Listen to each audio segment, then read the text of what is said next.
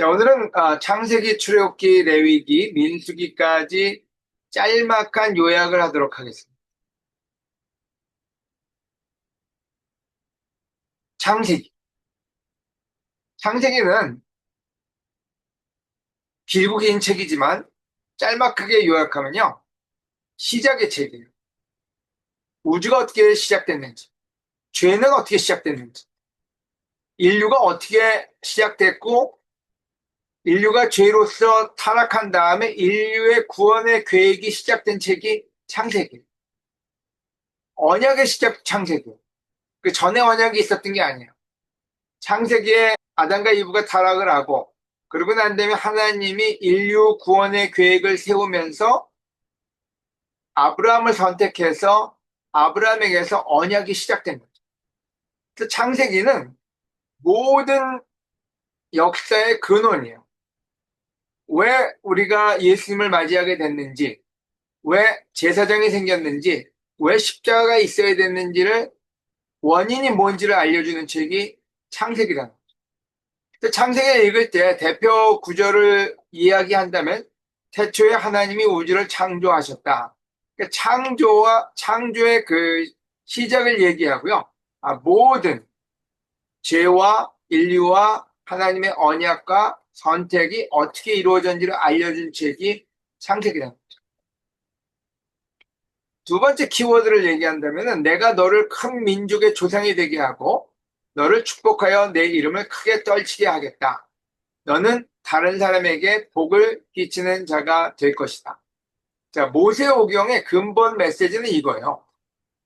왜 이스라엘 민족을 이집트에서 구출해냈느냐?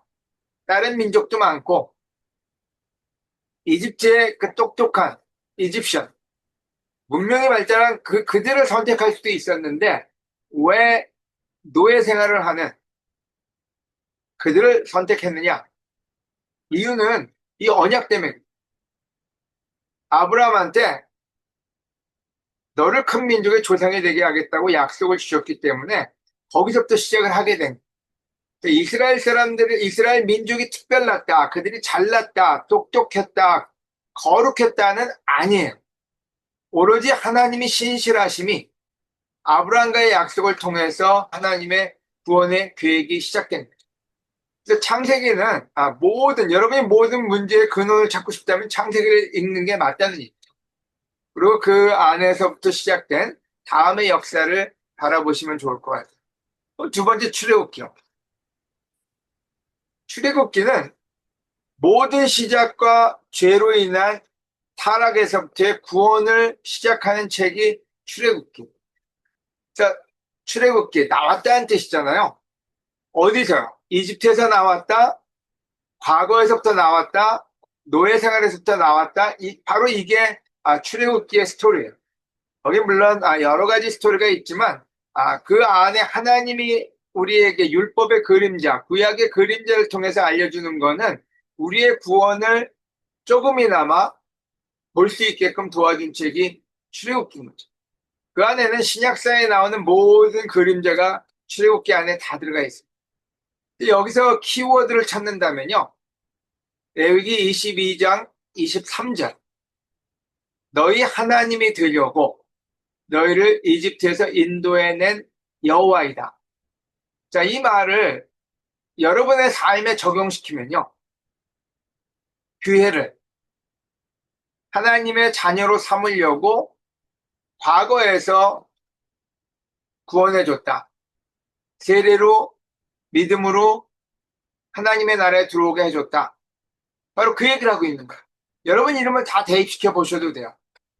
여러분의 하나님이 되려고 여러분을 세례 주고 여러분을 구원하고 여러분을 회개시킨 거예요. 다른 말로 하나님의 가족을 만들려고 왕 중에 왕인 하나님의 아들과 딸로 만들려고 너희를 인도해냈다. 이게 출애굽기의 메인 포인트입니다. 민수기 15장 41절에도 똑같은 표현을 쓰고 있습니다. 나는 너희 하나님이 되려고 너희를 이집트에서 인도해낸 너희 하나님 여호와이다. 나는 너희의 하나님 여호와이다. 나는 너희, 나는 하나님, 너희는 여러분입니다. 각자는 여러분의 이름을 여기다 대입해 보면 참 좋을 것 같아요. 얼마나 특별합니까? 하나님이 우리 같은 평민을, 우리 같은 죄인을 우리의 구세주가 되기 위해서 우리를 불러오셨다. 그래서 calling이라는 말을 쓰잖아요. 하나님이 우리를 부르셨다고, 불러내셨다고. 이 출애굽기의 그 베이스는 뭔지, 어떻게 하나님의 백성이 됐는지를 알려주는 거예요. 근데 백성이 됐는데도 놀라운 축복을 못 알아먹는 이스라엘 백성들을 보면서 우리를 보게 돼요. 우리가 때로는 하나님의 구원의 가치를 잘 까먹습니다. 그리고 에서가 팥죽 한 그릇에 그 축복을 바꿔먹는 것처럼 우리도 얼마나 쉽게 하나님이 주신 그 놀라운 특권을 바꿔먹는죠. 그래서 출애굽이 그 부분을 아주 잘 보여주고 있는 그런 책인 거죠. 세 번째로 레위기로 가면요. 레위기는 거룩의 책, 거룩이에요. 그래서 하늘나라 백성이 어떻게, 구원을 받은 백성이 어떻게 살아야 되느냐. 자, 여기서부터 시작이 돼요. 우리가 하나님의 구원을 가치 없게 느끼는 부분이 어디서 나오냐면요. 레위기에 있는 그 부분을 우리 마음속에서 귀하게 여기지 않기 때문에. 여러분, 그래서 레위기는 우리 마음의 중심이 무엇이어야 되느냐를 알려준 책이에요. 그래서 거기에 십계명이라든지 또 우리 마음속에서 어떻게 해서든지 하나님을 만나기 위해서 속죄를, 속건제를, 소제를, 번제를 드리는 이유는 하나님을 가까이 가기 위한 구약인들의 노력이었어요. 그래서 이 책의 중심은 하나님을 가까이 하려는 사람들의 마음, 바로 그 부분을 알려주고 있는 게 레위기죠. 얼마나 힘들게 하나님이 우리를 하나님께로 불렀느냐, 신약에 와서 다른 부분으로 알려주죠.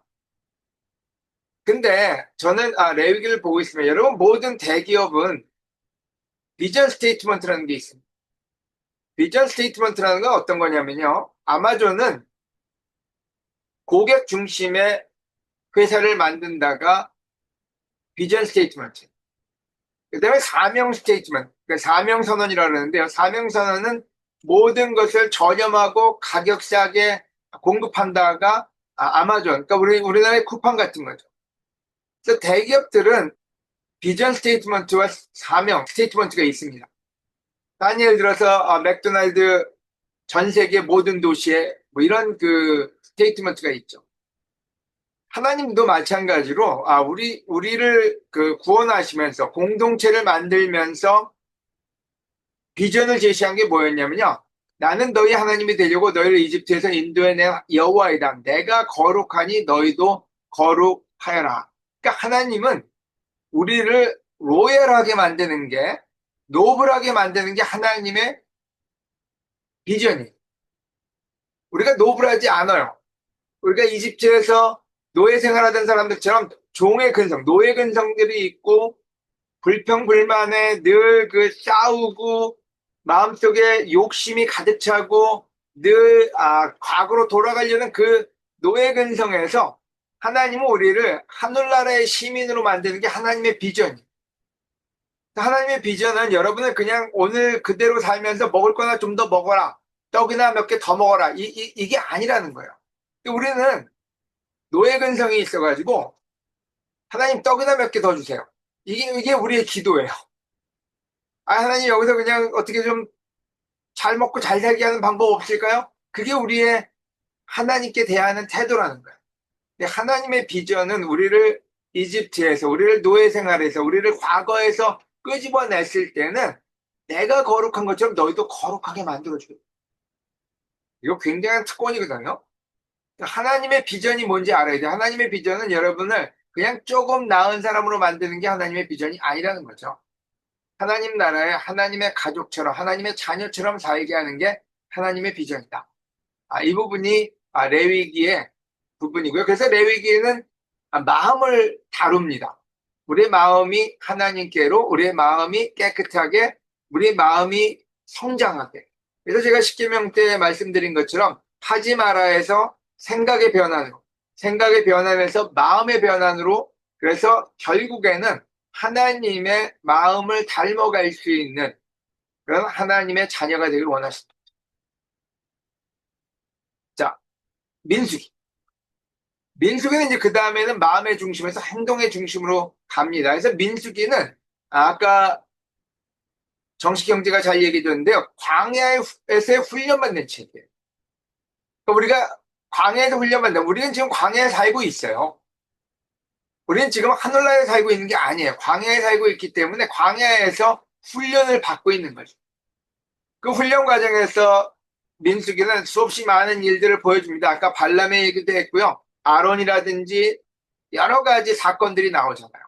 그 모든 걸 통해서 우리가 광야에서 할 수 있는 모든 실수와 또 그것에 대한 대가를 알려주는 책이 민수기입니다. 그래서 실질적으로 책에서의 중심 구절을 찾는다면요. 물론 다 제가 찾은 거니까 다른 사람들은 다른 구절이 될 수도 있겠죠. 민수기 9장 23절입니다. 이와 같이 그들은 여호와의 명령에 따라 진을 치기도 하고 행진을 하여 여호와께서 모세를 통해 지시하신 말씀에 순종하였다. 어떻게 살 것이냐에 대해서 민수기는 이와 같은 구절을 통해서 우리에게 찔러줍니다. 자, 마음의 준비가 됐으면 그 다음에는 인간의 삶을 살 때, 하나님의 나라에 갈 때까지 우리가 어떻게 살아야 해요? 이와 같이 그들은 여호와의 명령에 따라 진을 치기도 하고 행진을 하기도 하고 여호와께서 모세를 통해서 지시한 말씀에 순종하였다. 바로 이게 민수기가 주는 아주 놀라운 메시지입니다. 민수기는 저는 사명선언이라고 봅니다. 하나님이 비전 스테이트먼트를 너희는 거룩하라, 나처럼 거룩하라고 주셨다면은 민수기는 자, 너희가 이제부터는 하나하나 할 때마다 하나님 말씀에 순종하면서 하나님을 따라라. 그게 민수기의 키포인트고 바로 그 훈련을 받는 게 광야 훈련입니다. 누가 그런 얘기를 하더라고요. 어떤 물고기가 작은 물고기를 잡아먹는 아주 그 흉측한 물고기인데요. 그 물고기를 어항 속에다 놓고 그 중간에다가 그 유리 같은 거를 해놨대요. 그랬더니 그 물고기를 먹으려고 계속 물고기가 부딪히다가 피도 나고 상처도 있고 그래서 아주 곤욕을 치르다가 삐쩍 말랐대요. 근데 그러고 나서 그 투명 그 칸막이를 빼버리니까 작은 물고기를 못 잡아먹고 말라 죽어버렸답니다. 이게 무슨 얘기인지 여러 가지 일들을 통해서 우리는 훈련이 됩니다. 여러분이 지금 당하는 일들에 너무 이렇게 힘들어하실 필요 없어요. 왜냐면 여러분이 하나님 말씀 안 따르고 살다 보면은 언젠가는 고통과 고난 속에서 깨닫게 되거든요. 이 길은 아닌가 보다. 그게 광야 생활이에요. 우리 크리스천 삶이 처음부터 온전하게 모든 게 다 완벽하게 끝났다는 건 얼마나 좋습니까? 근데 아직까지 하나님 나라 가지 않았기 때문에요. 아직까지 우리는 우리의 죄성을 벗어버리지 않았기 때문에 실질적으로는 그런 미스테이크, 그런 실수들을 할 수밖에 없는 거죠. 하지만 지혜롭다면 빨리 깨닫겠죠. 계속해서 똑같은 행동으로 자기 삶을 망가뜨리거나 주위에 있는 사람에게 해가 되는 사람은 되지 않겠죠. 그래서 민수기는 마음의 중심이 하나님이라면은 이제는 살면서도 하나님 중심의 하나님 말씀에 맞는 그러한 삶을 살아라가 민수기의 키포인트입니다. 자, 그래서 창세기, 출애굽기, 레위기, 민수기는 연결된 책이죠. 하나하나가 앞에 부분이 없으면 그 다음 부분이 없습니다. 그리고 궁극적으로는 이 일을 통해서 하나님이 원하시는 건 뭐냐? 창세기에서 시작해서 출애굽으로 갔다가 결국에는 레위기, 민수기를 거쳐서 어디로 가죠? 약속의 땅. 근데 약속의 땅에 바로 들어가기 전에 쓴 책이 신명기입니다. 여러분이 아마 제일 신나는 책이 신명기일 거예요. 신명기 읽으면 이제 이해도 잘 되고요. 그 다음에는 거기서 나오는 말은 진짜 주옥 같은 말씀들입니다. 자, 신명기를 조금 보면요. 신명기는 뭐 명심해라 이게 아니라요. 새로운 다시 주는 명령. 여러분이 신명기 1장을 아마 읽으셨을 거예요. 신명기는 출애굽부터 시작해서 민수기까지 모든 걸 총정리합니다.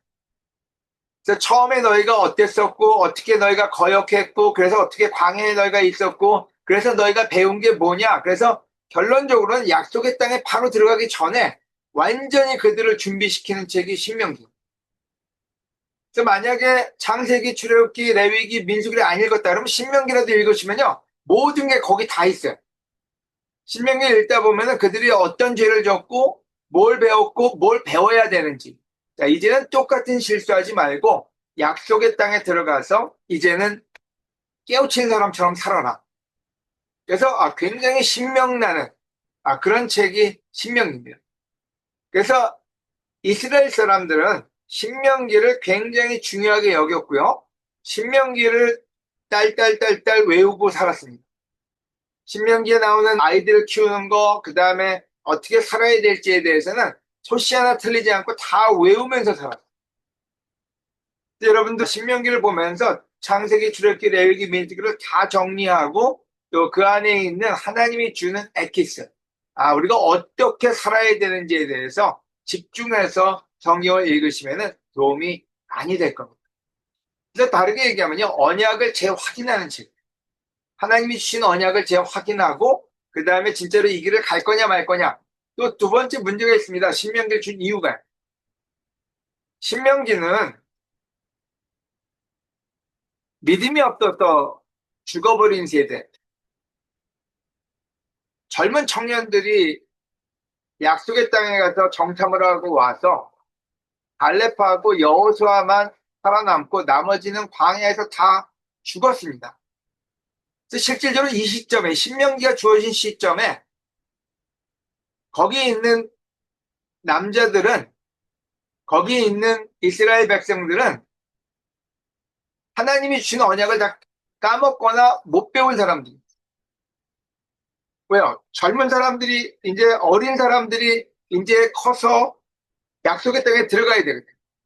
그래서 다시 한번 그들에게 여기저기 흩어져 있는 하나님의 언약을 정리해 줄 필요가 있어서 모세가 설교문과 같은 겁니다. 모세가 이때까지 하나님이 주신 약속을 다 다시 한번 되짚어 줍니다. 그래서 이제 너희는 너희 부모 세대가 믿음이 없어서 다 광야에서 죽은 것처럼 그렇게 하지 말고 이젠 믿음으로 광야에서 나가서 약속의 땅에 들어가라.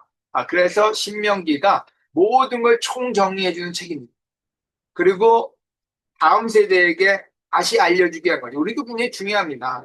우리가 어떤 때는 우리 자녀들이 다 알 거라고 생각하는데요. 우리는 알고 있지만 그들은 그 과거를 기억하지 못합니다. 그래서 정리해줄 필요. 제가 그래서 인도자 리트릿을 가든 어디 가든 여러 가지를 다시 정리해주는 이유 중에 하나가 재정립을 안 해주면은 혼란 속에 계속 빠지게 됩니다. 그래서 언약을 재확인하고 설명해준 책이다. 또 다른 말로 하면은 하나님의 말씀을 기억할 수 있게끔 더 이상 혼란스럽게 있지 않고 잘 정리해서 기억하고 순종할 수 있게끔. 그럼 키워드는 뭐냐? 신명기 6장 5절. 마음을 다하고 뜻을 다하고 힘을 다하여 하나님을 사랑하라. 자, 여러분이 신명기 6장까지 아직 안 읽으셨는데요. 6장에 가면은 무슨 말이 나오는지 여러분이 잘 아는 말이 나옵니다. 이 말씀을 문지방에 붙이고 잘 때나 일어날 때나 너희 아이들한테 얘기해 줘야 된다. 왜 이 말이 나오냐면요. 그들의 자녀들이 선배들이 다 죽고 실질적으로 성장을 했기 때문에 자녀들한테 다시 한번 이 부분을 다시 기억나게 해야만 돼요. 그만큼 모세는 이 부분을 중요하게 여기고 이 부분을 각인시키면서 약속의 땅에 들어가라 그렇게 명령을 합니다. 그 얘기는 얼마나 이 내용이 중요한 내용인지를 여러분이 다 간파하셨을 거라고 저는 생각을 합니다. 그래서 여러분 다시 한번 쭉 여러분이 모세오경을 보면서요. 중요한 책입니다. 물론 뭐 다른 성경책도 다 중요하지만 창세기, 출애굽기, 레위기, 민수기, 신명기는 모든 것의 기초가 되는, 구약의 기초가 되는 책들입니다. 여러분이 다시 한번 정리하고 이걸 통해서 아주 재미있는 신명나는 신명기 콰이템을 하시기를 권해드립니다.